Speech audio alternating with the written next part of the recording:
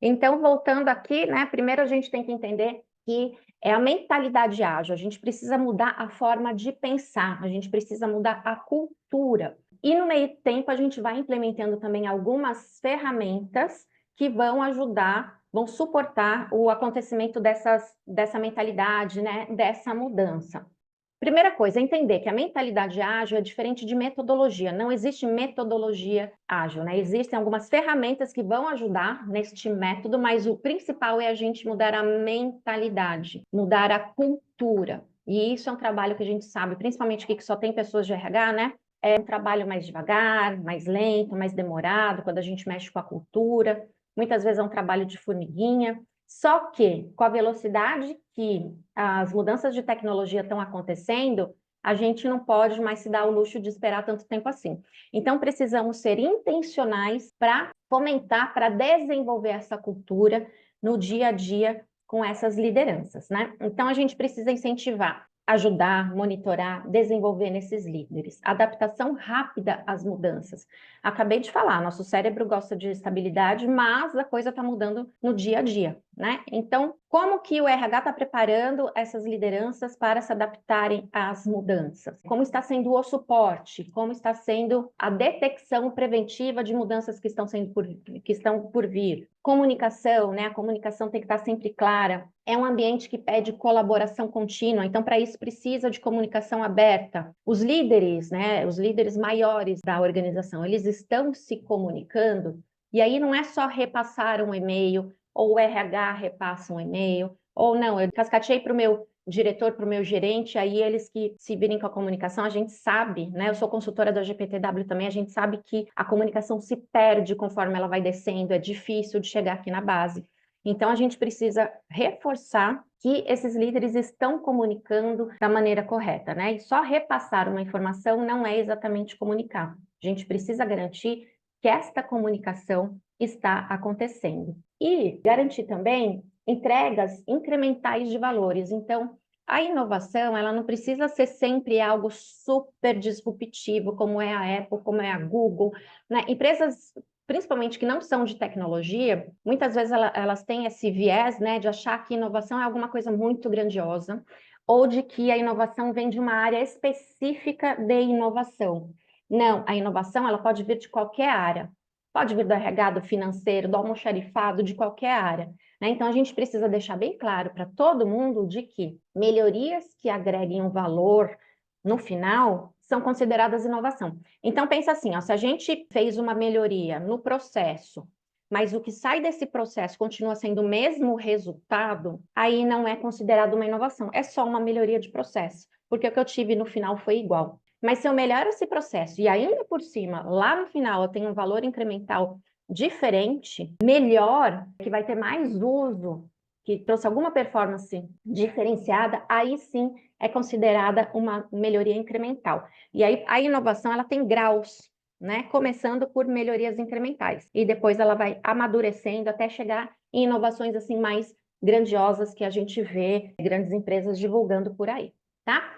Então, a gente tem que trazer essa clareza para todos na organização. Ah, mas o CEO, o CIO, o CTO devem saber disso. Nem sempre. Como eu falei, eu dou mentoria para líderes de tecnologia e é o que mais acontece, né? Eles pressupõem que tem toda essa informação, porque, enfim, estão lá em tecnologia há tanto tempo, então, aquele efeito Dunning-Kruger, né? Acham que estão sabendo tudo, mas não, a gente precisa trazer essa clareza. Então, a gente precisa, nós nos capacitarmos para poder capacitá-los depois, tá? E trazendo sempre essa clareza. E muitas vezes eles acham também que dali para baixo, né, os subordinados deles também têm isso, essa clareza, porque às vezes é muito óbvio para eles e acham que é óbvio dali para baixo também, mas não é. Então a gente também precisa trazer essa clareza para eles, para que clarifiquem dali para baixo, né? Deixar tudo assim bem explicado, tá? E exemplos clássicos são da Spotify e da Nubank, né? Que trouxeram então essa mentalidade já há alguns anos atrás e foi por isso que eles se destacaram tanto no mercado, né? Eles tiveram essa vantagem competitiva de se diferenciar de outras empresas que o mercado estava saturado ali dos projetos cascata, né? Que é aquele que a gente define lá em cima, define o escopo e depois vai fazendo tudo. Aí, quando chega lá na metade do fim do projeto, descobre que alguma coisa está errada, já mudou, já não é mais assim, o cliente está insatisfeito, aí volta tudo para recomeçar o projeto. Só que daí eu perdi dinheiro, perdi tempo, perdi esforço, perdi energia das pessoas. Então, a metodologia, ela pede sempre entregas incrementais, tá? A gente tem um projeto grande para fazer, qual que é a primeira parte? Qual que é a base? Então, vamos ver se a base está legal? Tá, cliente aprovou? Beleza, vamos para a próxima. E vamos para a próxima, e vamos para a próxima, né? Então, sempre você vai dando uma continuidade, mas vai validando essas etapas.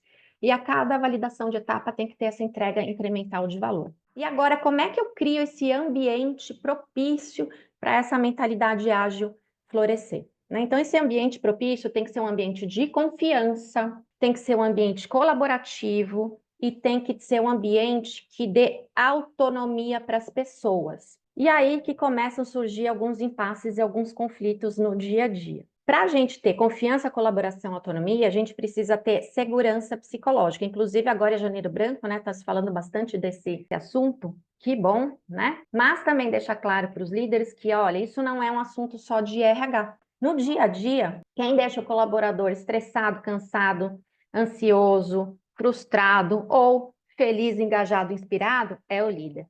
Então, RHs precisam preparar esses líderes para saberem perceber o que está acontecendo, perceber quando os colaboradores estão chateados, a entrega caiu, né? A gente vê muito assim, pô, tá gripado? Tudo bem, toma um remédio aí e continua que você tem entrega para me fazer às 10 horas, né? E não tá nem aí se a pessoa tá boa ou não tá boa naquele dia, com a mesma velocidade, com a mesma dedicação. Todo mundo tem altos e baixos. A gente sabe que a pessoa se desliga, muitas vezes do líder, não necessariamente da empresa. Então, esses líderes precisam, sim, estar capacitados para falar sobre segurança psicológica, né? Permitir que as equipes errem sem julgar, sem nenhum tipo de punição. E será que eles estão preparados para isso? Então, a RH precisa estar de olho, né, e colhendo essas percepções tanto de líderes quanto dos times e ir de um lado e de outro, apoiando e desenvolvendo essas pessoas para que estejam mais seguras, para poder expressar suas ideias, para poder ter criatividade, né, para o líder não jogar um balde de água fria na cabeça da pessoa, né? Então, a gente tem um papel fundamental enquanto RH nessa segurança psicológica. E não é só trazer uma palestra em janeiro e esquecer, né? O ano inteiro a gente tem que estar ali reforçando essa necessidade para a liderança, para conseguir construir esse ambiente e essa equipe que vai começar a pensar em solução.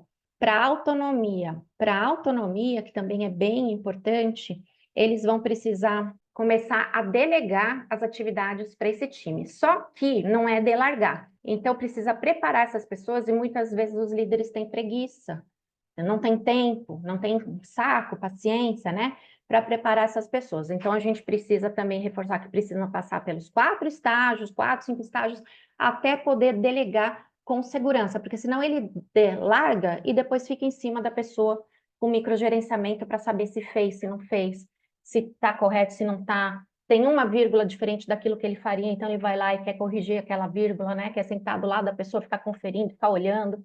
Não pode ter trabalho híbrido ou remoto, tem que estar ali do ladinho para sempre ficar em cima da pessoa, se ela está fazendo, se não está fazendo. Então, a gente precisa assegurar de que eles estão propiciando essa autonomia e caminhando nos estágios ali de delegação, tá? E a cultura de feedback, tem que ser um feedback construtivo. Muitos líderes também, que eu encontro aqui nos webinários ou os meus mentorados, dizem que na empresa não tem ainda um ciclo formal de feedback. O que eu falo nessa hora? Mesmo que não tenha um ciclo formal na empresa, não fique esperando, né? Implemente a sua cultura de feedback ali na sua equipe, né? Então tem que saber técnicas, não é sentar e sair falando, a gente sabe disso. Então tem que ter técnicas. Mas eu participei de um treinamento de feedback lá 200 anos atrás. Vai ter que participar de novo, de novo, de novo, de novo, 200 vezes até ficar expert, até ter domínio da técnica, né? Então, o que eu falo para eles? Você não estudou e não pôs a mão na massa, em prática aí, 5, 10, 15, 20 anos para ser craque naquilo que você faz? O feedback, com rituais de gestão, com delegação é a mesma coisa. Você precisa aprender a praticar, aprender a praticar. Tem que ver outro treinamento de feedback, por exemplo, Paula? Tem. Porque a cada momento que a gente vê o treinamento, o workshop, a gente está em momentos diferentes da vida, com subordinados diferentes, e aí você vai pegando insights diferentes para aquelas situações que está vivendo no momento. E com isso você vai agregando o repertório, vai aumentando o seu portfólio. Então, enquanto RH, a gente precisa garantir que sim, eles venham para vários workshops e treinamentos de feedback, por exemplo, de agilidade, como a gente está falando aqui, de soft skill. Ah, mas eu já fiz lá, não sei quando. Tá, vai ter que fazer de novo, de novo, de novo, de novo, de novo, até ficar craque. Tá? Então, se a tecnologia pede anos de experiência, soft skills também pede anos de experiência, de prática e de aprendizado, né? O long life learning agora é super importante. Então, a gente precisa revisitar temas que podem ser repetidos, mas que mudou a técnica, mudou o jeito de fazer, mudou o ambiente em que eu estou em outra empresa, estou em outra posição, em projetos mais complexos. Então, a gente precisa sempre ir reforçando esses pontos com eles. E aí, erros comuns ao desenvolver líderes ágeis, né? A desenvolver esta mentalidade nas equipes. Aqui tem 3, mas eu posso listar uns 255, né? Então, primeiro, ignorar essa mudança cultural. Ah, mas aqui na Toyota, né, Denise, que você falou, aqui na Toyota ainda não chegou. Putz, então tá atrasado, né? Vamos correr atrás, porque já bateu na porta, a gente precisa correr. Ah, mas a minha empresa é muito grande, então estão falando disso só lá na tecnologia, mas eu sou do RH, eu sou BP da área de, sei lá, finanças, por exemplo, e aqui ainda não estão falando disso. Tá bom. Então, o seu papel como RH, o seu papel como líder é trazer isso para a área, né? Falar, olha, isso já está acontecendo, vamos ver quais são as tendências, o que o mercado está fazendo, o que a sua área de tecnologia da empresa está fazendo, o que outras áreas de finanças de outras empresas já estão fazendo, né? Para não ficar para trás. Então, não é esperar bater na porta para falar, opa, agora eu preciso me mexer. Muito pelo contrário, a gente precisa se mexer antes para estar preparado quando a mudança chega, né? E lidar com mudança cultural é difícil, principalmente quando ela chega de supetão. Então, o RH sempre é responsável não por garantir a implementação ao pé da letra, mas por garantir que todos estejam preparados para essa mudança, começando pela liderança. Então, quando a liderança tem resistência, quando a liderança não gosta, acha que não vai dar certo, e aqui sempre foi assim, putz, a chance de dar errado é grande, né? Então, também a gente precisa garantir de que eles estejam acompanhando esta mudança e fazer a comunicação passo a passo. Paula, eu não tenho todas as informações ainda. Beleza, vamos falar o que você tem, o que você não tem, quais são os próximos passos, né? Olha, isso que vocês estão pedindo, talvez eu não saiba até junho, então vamos esperar até junho, mas sempre trazendo uma visibilidade daquilo que a gente tem até então, daquilo que vai mudar. E aí precisa de muita comunicação, a comunicação tem que ser clara, como eu falei, não é só repassar e-mail, achar que todo mundo vai ler na intranet, ou tá lá no mural, achar que todo mundo vai ver. Então, reuniões, os rituais de gestão, cerimônias, né, ágeis, tem que ter a comunicação bastante clara e ir repassando informações não só do projeto, do processo, as técnicas, mas tem que trazer esse tipo de comunicação também. O que está no pipeline, o que vai mudar, o que está para acontecer, o que a gente já sabe, o que não sabe, prazo disso, prazo daquilo. Então, o RH tem que garantir que na pauta dos rituais de gestão, esses temas entrem também. Senão, ele vai ficar naquele mundinho, né, naquela cultura que foi se aprendendo, né, no piloto automático ao longo de tantos anos e esquece, a implementação vai ficando em segundo prazo, tá? Como a gente falou da delegação agora há pouco, se não tem confiança na equipe para delegar as atividades, esse líder vai acabar fazendo microgerenciamento. E nada pior para matar a inovação do que ficar em cima para saber se a pessoa está fazendo ou não está fazendo. Então, o líder ele tem que sempre avançar no pipeline de liderança e largando o operacional, mas ele tem que ter gente muito boa com confiança de que vai tocar esse operacional, tá? Então, quem que eu tenho na equipe? Quem que está contratando? Tem fit cultural, não tem fit cultural? Quais são os valores ali daquelas pessoas? Como que está sendo treinada? Como que está sendo capacitada no dia a dia? E, de novo, treinamento e capacitação não é só responsabilidade de RH. O RH pode contratar o treinamento, né? Pode contratar a mentoria. Mas quem vai desenvolver a pessoa ali no dia a dia sempre são os líderes. Que mais que eu posso dizer de erro aqui? Implementação sem planejamento, né? Ó, a partir de amanhã vai mudar. Aí pega todo mundo de surpresa, o índice de resistência vai ser alto. Trazer frames inadequados. Então, eu aprendi ontem lá no webinar da Paula um frame novo, amanhã eu vou implementar. Peraí, mas será que esse é o melhor? Tem outros que se adaptam melhor aqui na minha empresa, na minha cultura? Então, qual que a gente vai trazer? A falta de capacitação sua, dos seus líderes, do seu RH, né, das pessoas envolvidas, das pessoas que estão mais ali na frente do projeto. Cuidado com os líderes para não criarem subculturas. Então tá bom, o RH a empresa está divulgando lá que a gente vai mudar, mas não, mas aqui isso não vai acontecer, tá, galera? Fiquem tranquilos que aqui nada vai mudar.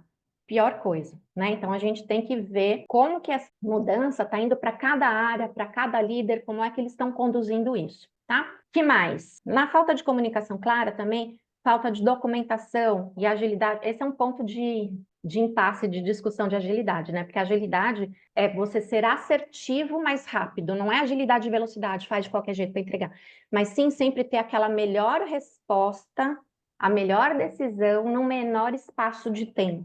E aí, muitas vezes, para ter, né, as entregas no menor espaço de tempo, a documentação acaba ficando de lado. Depois eu faço, depois eu faço, depois eu faço. Alguém muda de equipe, perde seu histórico, perde as resoluções, não está anotado em lugar nenhum, daí o próximo coitado que assume ali, né, fica com uma encrenca gigante. Então, falta de documentação, para muitos líderes aí, também é um erro de não ser adotado logo no começo de processos mais ágeis. Falta de apoio da liderança, principalmente da liderança mais sênior, então entra a influência do RH ou de outros líderes, fala, Paula, mas tudo bem, eu sou um CIO, um CTO, sou um diretor, mas a alta liderança ainda não comprou isso. Tá bom, e cadê a sua capacidade de influência para mostrar quais são os benefícios de trazer essa implementação de agilidade? E não precisa ser na empresa inteira ao mesmo tempo, né? Vai lá, contrata o Abdala para fazer um projeto de inovação na empresa inteira, primeiro que nem dá.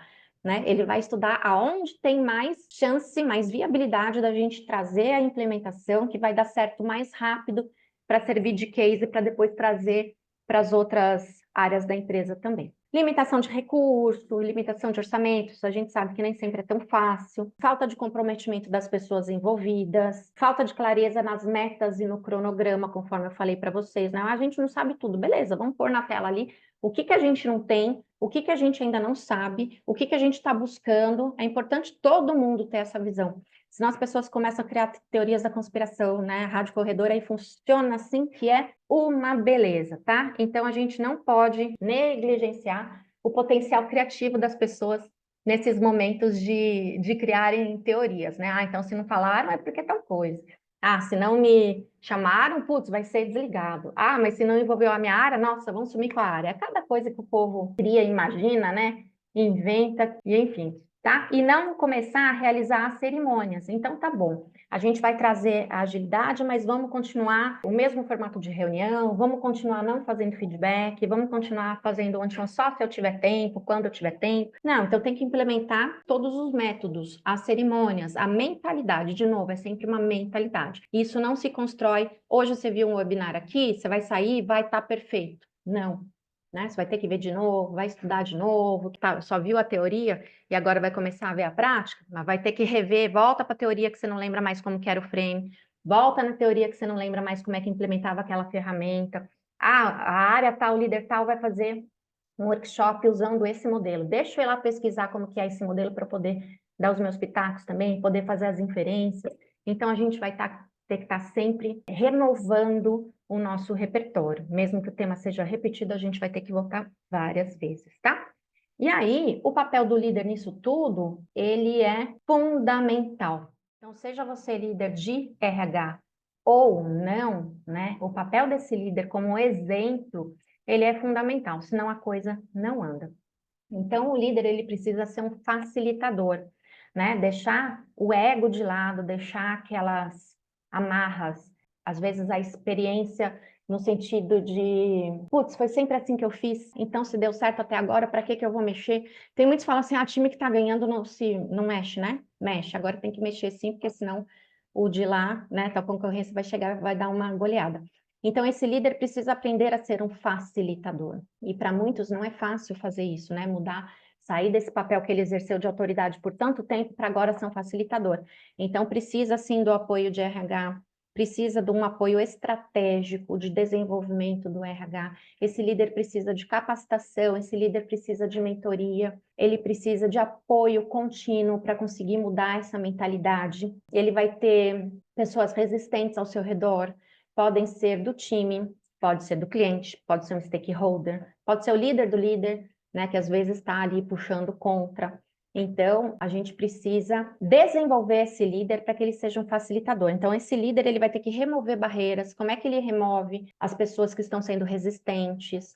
Às vezes é o líder do líder, como eu falei, né, que ainda não acredita muito nesse modelo. Como é que ele vai trabalhar com mais fluidez, implementar esses rituais, conversar de forma mais leve com a sua equipe? E aí esse líder precisa entender de perfis, ele precisa entender melhor, né, dominar as práticas de gestão, os rituais de gestão, as cerimônias de agilidade. Quando as equipes ágeis se encontram, então a gente sabe que tem vários papéis novos, diferentes. E o líder ali, nesse momento, ele é igual a todo mundo. Tá todo mundo pensando juntos numa nova solução, né? Tá todo mundo sentados, discutindo, líderes de várias áreas, pessoas de várias áreas que estão pensando na mesma solução para o bem do projeto, da empresa, do cliente. Então, ele tem que ser ali um facilitador, um mentor. Às vezes, atuar como coach. Ah, coach está banalizado, então não quero usar técnicas de coach. Precisa. Ah, eu acho que mentoria, então, é só compartilhar tudo aquilo que eu sei, tudo aquilo que eu fiz. Tem técnicas, né, para ser mentor. Tem técnicas para fazer uma mentoria. Então, precisa aprender como fazer isso para poder ser um facilitador cada vez melhor. Lembra que a gente falou da autonomia? Então, aqui, entender que as decisões podem ser descentralizadas. Se você preparou bem a sua equipe, criou relação de confiança, né? Está capacitando. De novo, a capacitação não é só a responsabilidade do RH, é fazer o desenvolvimento dos subordinados, dos liderados.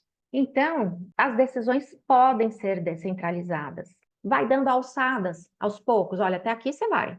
Até aqui você me chama. Até aqui eu preciso ainda interferir, ou pelo menos sapar, ou vai escalar. Essas decisões descentralizadas é que vão gerando autonomia no time. Pode ser que a primeira não seja boa, seja ruim, vai errar, não vai dar certo.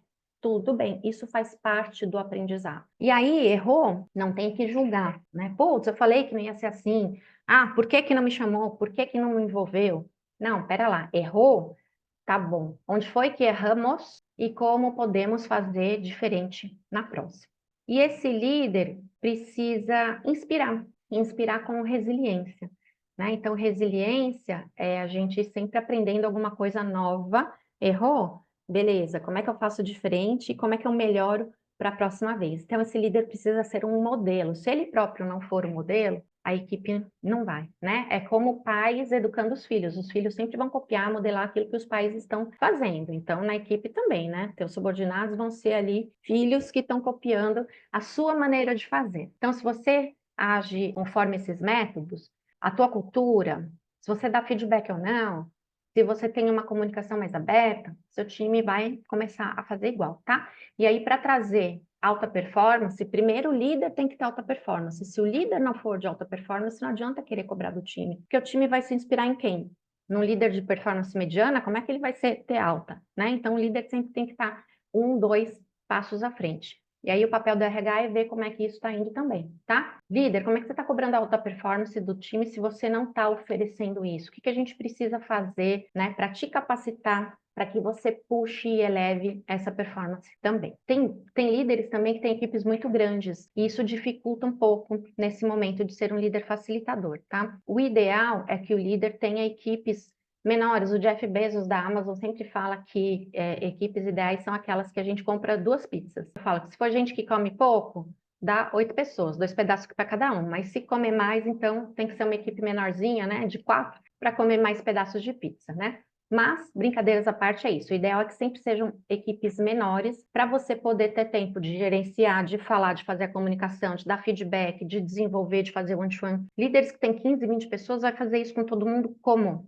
Né? Não dá. Então, o ideal é que sempre sejam equipes menores. As linhas de comunicação entre um e outro são menores também, então a chance de todo mundo se entender fica maior. As decisões são mais rápidas, é menos gente para alinhar, tá? Então, beleza, como é que eu vou capacitar esses líderes para desenvolverem essa mentalidade? Primeiro, mapear a competência, seja você de RH ou não. O que que tua equipe sabe? O que que tua equipe é boa? O que que eles precisam saber? A gente vai implementar um projeto novo? Vai ser ágil? Vai ser de uma tecnologia diferente? A gente está trazendo IA? Não está trazendo IA? O cliente é um novo segmento de negócio? Ou é dentro de uma área diferente da empresa que a gente não foi lá ainda? Então, quais são as competências que essas pessoas precisam? E sempre mapear pensando em antecedência.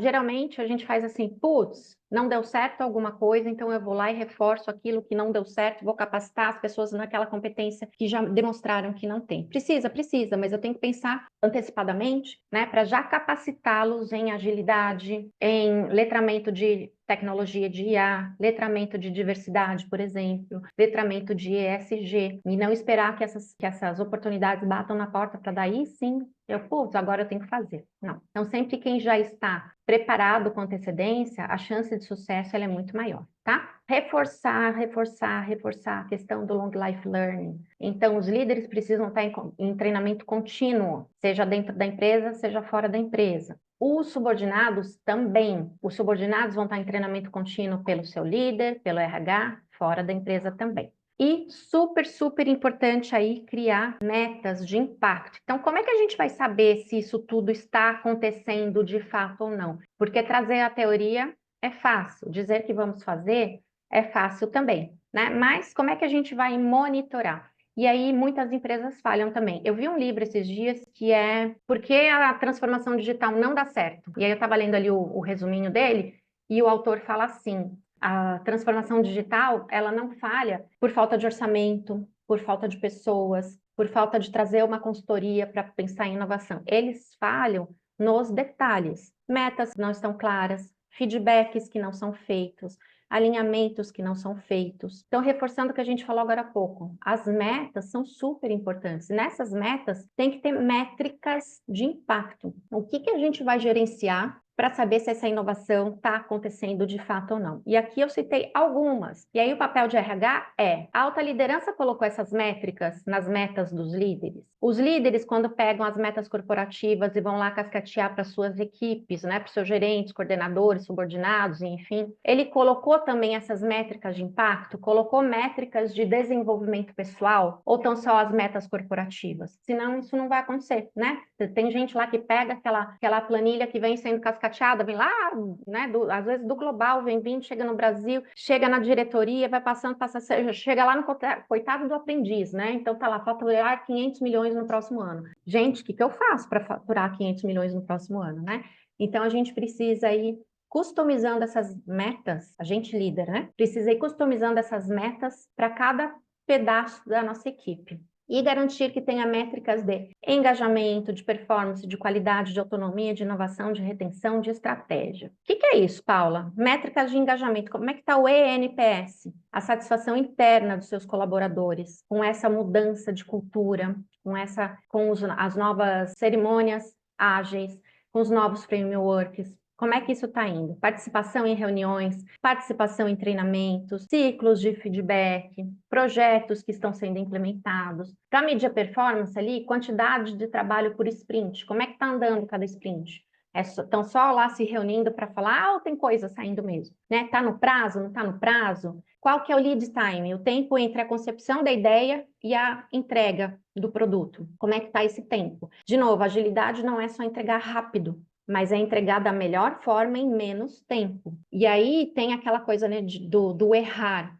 Então, o errar e aprender e implementar, tudo bem. O que a gente tem que ficar de olho? Ah, não posso fazer de qualquer jeito porque o errar é permitido, então vou entregar qualquer coisa, né? Isso não é fundamento da cultura ágil. O que mais? Taxa de finalização, está sendo concluído dentro do prazo? Como é que está o backlog? Né? Tá ficando muita coisa para o backlog depois? Putz, então não adianta ter velocidade ali se está saindo ruim e depois tem que consertar um monte de coisa. Métricas de qualidade, então taxa de retrabalho, né? Então se tem backlog, eu vou ter retrabalho, a qualidade não está boa. CSAT, satisfação do cliente externo.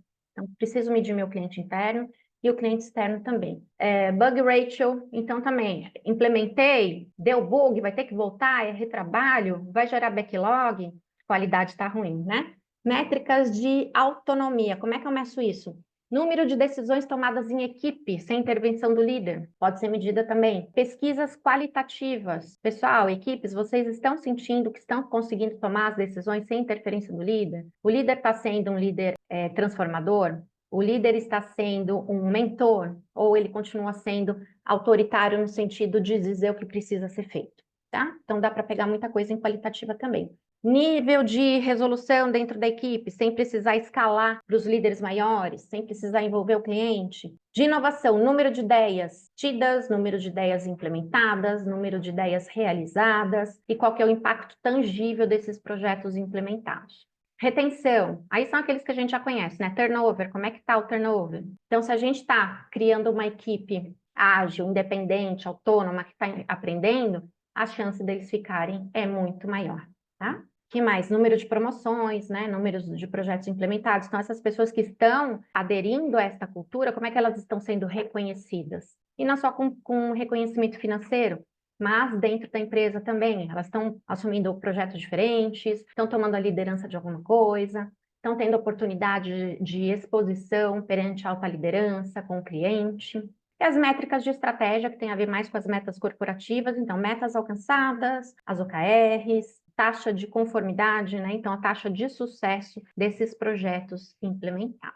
E aí eu sempre pergunto, né, nos webinários, nas mentorias, se hoje tivesse, né, uma vaga para você concorrer, interna ou externa, se tivessem 10 concorrentes para a mesma vaga, você seria escolhido?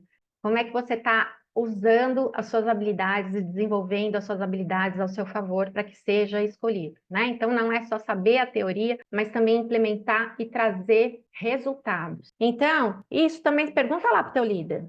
Pergunta para o teu subordinado, quando você vai fazer um one-to-one, feedback, alguma coisa. Então, tá bom, você quer promoção? Beleza, tem 10 concorrentes, você seria escolhido? Né? Então, você está usando mesmo a tua capacidade toda? Você está usando todo o teu conhecimento? O que você está aprendendo de novo? O que você está liderando? Né? Então, sem inteligência emocional, sem soft skills, sem ritual de gestão, sem comunicação assertiva, sem a tecnologia a seu favor, a resposta é não seria. Porque quem que a gente vai escolher? Quem está com a inteligência emocional em dia e a social também, para conseguir ter um líder facilitador, ele precisa entender muito de inteligência emocional e social. Como é que eu faço essas pessoas se relacionarem bem umas com as outras?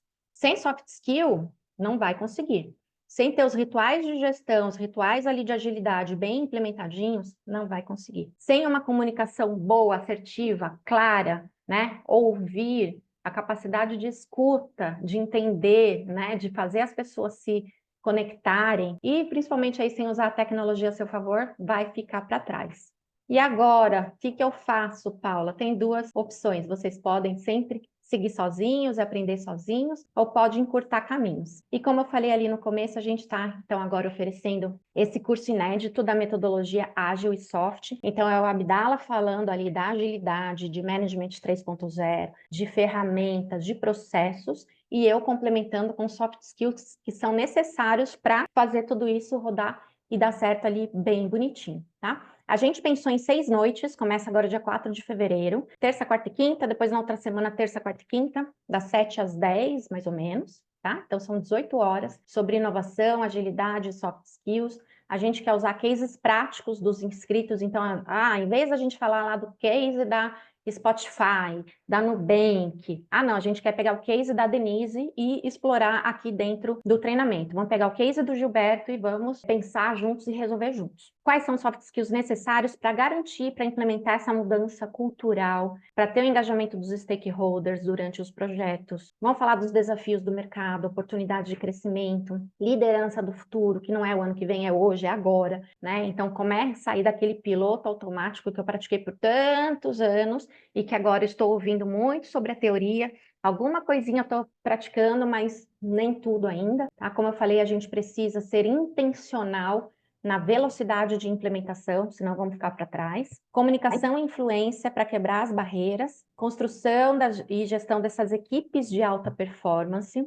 Vamos falar sobre a experiência do cliente, né? Porque se a gente tem cerimônias ali de revisão do que deu certo, o que não deu certo, então preciso pensar na experiência do cliente também, tá? Como é que eu estou oferecendo a melhor experiência para esse cliente durante todas essas fases? Gestão da mudança, porque a mudança o tempo todo, vai e volta, erra, aprende, erra e implementa, né? E plano de implementação ali no final. Tá bom, beleza, fiz o curso e agora o que que eu faço?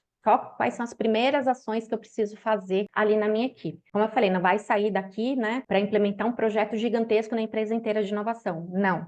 Mas lá no teu pedaço, com certeza você vai conseguir implementar e influenciar sim, tá bom? Aí no QR Code, então, tá o link do site. E aí você tem 3 formas de participar. Só o curso com uma mentoria, uma sessão de mentoria comigo e com a Abdala para a gente pensar tua estratégia de carreira, ou 4 mentorias durante o ano, que daí a gente vai acompanhar suas etapas de implementação dos projetos ali na tua área. O que você está evoluindo, o que não está, quais são as dificuldades, quais são os próximos passos, deu certo, não deu certo com a minha equipe, deu certo, não deu certo ali com a alta liderança, com o cliente, enfim, a gente vai te acompanhar durante o ano inteiro. E além dessas sessões aí de mentoria, né, das 4 mentorias no ano, durante o intervalo entre uma e outra, claro, a gente vai estar ali à disposição no WhatsApp para ir trocando informações com vocês também, tá? E estamos com um cupom de 10% de desconto até dia 31 de janeiro, porque o curso começa ali dia 4 de fevereiro. Então, para quem que é recomendado? Para líderes de qualquer segmento de negócio, inclusive de RH, que precisam garantir essas implementações. Então, por isso que hoje, especificamente, a gente chamou muito mais pessoas de RH, líderes de RH, porque a gente descobriu que sim, RH também precisa ter muita noção sobre isso para suportar os líderes que estão implementando. Porque eu vejo também muitas colegas, pessoas de RH, que não entendem direito o que eles estão falando, não entendem a linguagem, não entendem a abordagem, né? Não entendem os frames. E aí fica difícil também de garantir que eles se desenvolvam se a gente não está por dentro daquilo que está acontecendo. Então, por isso que a gente pensou em trazer também líderes de RH. Que bom que vocês estiveram aqui, agradeço a presença, né, a disponibilidade de aprender cada vez mais, tá? E se gostaram do curso, então estamos esperando vocês para virem com a gente aí em fevereiro, tá bem?